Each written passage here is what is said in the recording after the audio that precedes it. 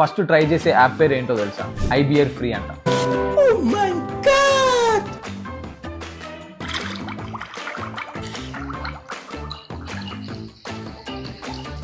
Beer taste అయితే వస్తుంది నాకు బాగానే ఎక్స్ట్రా.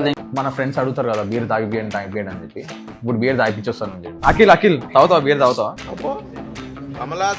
తాగు.